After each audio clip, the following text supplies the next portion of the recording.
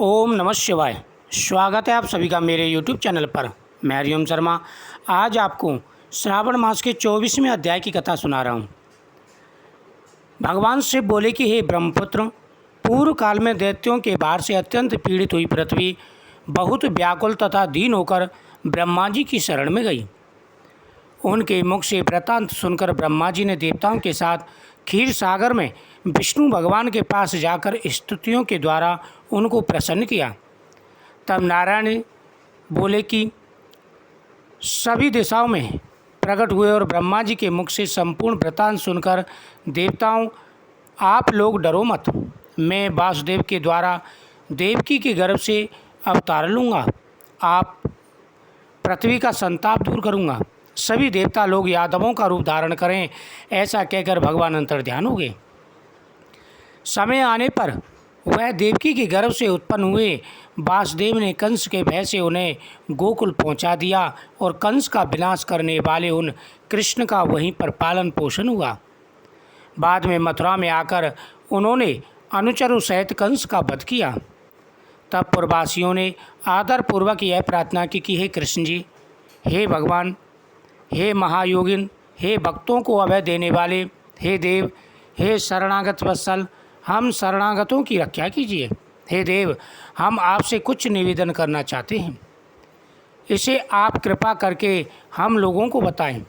आपके जन्मदिन की कृत कोई कहीं भी नहीं जानता। यह सब आपसे जानकर हम सभी लोग उस जन्मदिन पर वर्धापन नामक उत्सव मनाएंगे। अपने प्रति उनकी भक्ति, श्रद्धा तथा सौहार्द को देखकर श्री कृष्ण ने अपने जन्मदिन के संपूर्ण कृत को उनसे कहा। उसे सुनकर उन प्रवासियों ने भी विधान पूर्वक उस व्रत को किया। तब भगवान ने प्रत्येक व्रतकर्ता को अनेक वर प्रदान किए। इस प्रसंग में एक प्राचीन इतिहास भी आता है, जिसे ध्यान से सुने। अंग देश में उत्पन्न एक मितजित नामक राजा था। उसका पुत्र महासेन सत्यवादी था तथा सन्मार्ग पर चलने वाला था। सब कुछ जानने वाला वह राजा अपनी प्रजा को आनंदित करता हुआ उनका विधिवत पालन करता था। इस प्रकार रहते हुए उस राजा का अकस्मात देवयोग से पाखंडियों के साथ बहुत काल पर्यंत सहचर हो गया और उनके संसर्ग से वह राजा अधम परायण हो गया।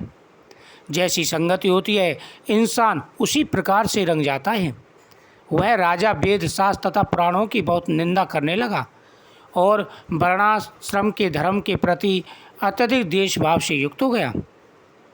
हे मुनिश्रेष्ठ, बहुत दिन व्यतीत होने के पश्चात काल की प्रेरणा से वह राजा मृत्यु को प्राप्त हुआ और यमदूतों के अधीन हो गया। यमदूतों के द्वारा पास में बांधकर पीटते हुए राजा के पास ले जाते हुए वह बहुत पीड़ित हुआ। दुष्टों की संगति के कारण उसे नरक में गिरा दिया गया और वहाँ बहुत समय तक उसने यातनाएं प्राप्त की। यातनाओं को भोगकर अपने पाप के शेष भाग से वह पिशाच योनि को प्राप्त हुआ। भूख व प्यास से व्याकुल वह भ्रमण करता हुआ मारवाड़ देश में आकर किसी वैश्य के शरीर में प्रवेश करने लगा।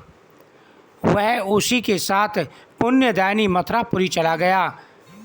वहाँ पास के ही राक्षसों ने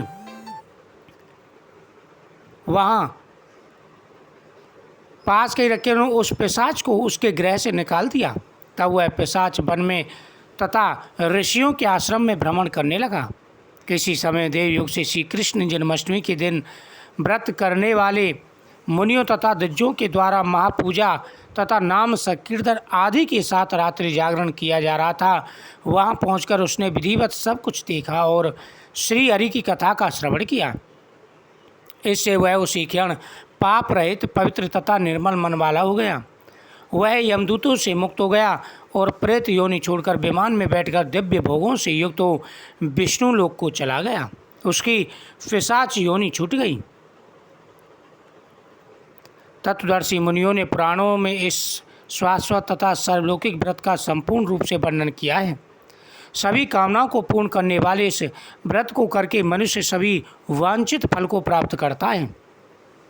इस प्रकार जो कृष्ण जन्माष्टमी के दिन इस शुभ व्रत को करता है वह इस लोक में अनेक प्रकार के सुखों को भोगकर शुभ कामनाओं को प्राप्त करता है। हे ब्राह्मण, वहाँ बैकुंठ में 1,00,000 वर्ष तक देव विमान में आसीन होकर नाना विध सुखों का उपयोग करके अवशिष्ट पुण्य के कारण इस लोक में आकर सभी ऐश्वर्यों से समृद्ध तथा सभी अशुभों से रहित तो महाराजाओं के कुल में उत्पन्न होता है। वह कामदेव के समान स्वरूप वाला होता है। जिस स्थान पर कृष्ण जन्मोत्सव की उत्सव विधि लिखी हो अथवा सभी सौंदर्य से युक्त श्री कृष्ण जन्म सामग्री किसी दूसरे को अर्पित की गई हो अथवा उत्साहपूर्वक अनुष्ठित व्रतों से विश्वश्रेष्ठ श्री कृष्ण की पूजा की जाती हो, वहाँ शत्रुओं का भय कभी नहीं होता। उस स्थान पर मेघ व्याधि की इच्छा रखने मात्र से ही वृष्टि हो जाती है और प्राकृतिक आपदाएं अपने आप नष्ट हो जाती हैं। हे ब्रह्मपुत्र, जो व्यक्ति भक्ति पूर्वक भगवान श्री कृष्ण की पूजा करते हैं उनके जीवन में आ रहे सारे दुख दूर हो जाते हैं। जो व्यक्ति कृष्ण जन्माष्टमी पर भगवान कृष्ण का अभिषेक करते हैं उनके जाने अनजाने में किए गए सारे पापों का नाश हो जाता है। जो भी भगवान श्री कृष्ण की इस कथा का श्रवण करता है, जिस घर में कोई देव की पुत्र श्री कृष्ण के चरित्र की पूजा करता है वह घर सब प्रकार से समृद्ध रहता है और वहाँ भूत प्रेत आदि बाधाओं का भय नहीं होता। जो मनुष्य किसी के साथ में भी शांत होकर इस वृषोपकार दर्शन कर लेता है वह भी पाप से मुक्त होकर श्री हरि के धाम को जाता है। ये ब्रह्मपुत्र, भगवान श्री कृष्ण की इस कथा को सुनने से ही सभी मनोकामनाएं पूरी हो जाती हैं। जो व्यक्ति प्रतिदिन भगवान श्री हरि के मंत्रों का जाप करते हैं, हरि नारायण माधव गोविंद गोपाल आदि मंत्रों का जाप करते हैं, उनके नामों का उच्चारण करते हैं, साथ ही ओम नमः शिवाय ओम नमो भगवते वासुदेवाय नमः मंत्रों का जाप करते हैं, उनके सभी कार्य सिद्ध हो जाते हैं। कृष्ण जन्माष्टमी के दिन किए गए इस व्रत का हजारों गुना फल प्राप्त होता है। हे ब्रह्मपुत्र, यह व्रत सभी पापों का नाश करने वाला, सभी मनोकामनाओं को पूरा करने वाला है। पूरे लगन और श्रद्धा के साथ में मनुष्य को यह पूजन जरूर करना चाहिए। साथ ही भगवान शिव की पूजा करनी चाहिए। इस प्रकार से स्कंद पुराण के अंतर्गत ईश्वर सनत कुमार संवाद में श्रावण मास महत्व में जन्माष्टमी व्रत कथन नामक 24वां अध्याय संपूर्ण हुआ। यह कथा विशेष ही पुण्यकारक है। श्रावण मास में इस कथा के श्रवण करने से भगवान शिव प्रसन्न हो जाते हैं। जो व्यक्ति पूरे नियम के साथ में भगवान शिव की पूजा करते हैं, भगवान कृष्ण की पूजा करते हैं, उनके जीवन में आ रही विपत्तियों का नाश हो जाता है। भगवान कृष्ण के भक्तों, भगवान शिव के भक्त हों, दोनों भगवान शिव और विष्णु में आपस में कभी भी बैर भाव नहीं रखना चाहिए। प्रतिदिन भगवान के मंत्रों का जाप करें, भगवान का अभिषेक करें, जैसे कथाएं बताई गई हैं उनका श्रवण करें, जो व्रत बताए गए हैं उनका श्रवण करें। ऐसा करने से आपको लाभ मिलेगा। जीवन में आ रहे सारे दुख और परेशानियां दूर होंगी। जिस घर में भगवान की कथाएं की जाती हैं वह घर स्वर्ग के समान होता है। जिस घर में तुलसी का पौधा हो, भगवान विष्णु की मूर्ति हो, भगवान शिव की पूजा होती हो, वह घर सभी देवताओं के स्थान का केंद्र बन जाता है। इस प्रकार से यह व्रत करें और कथा सुनें। इस वीडियो को ज़्यादा से ज़्यादा शेयर करें, चैनल को सब्सक्राइब करें, बगल में बेल आइकन बटन को दबाएं, कमेंट में ओम नमो भगवते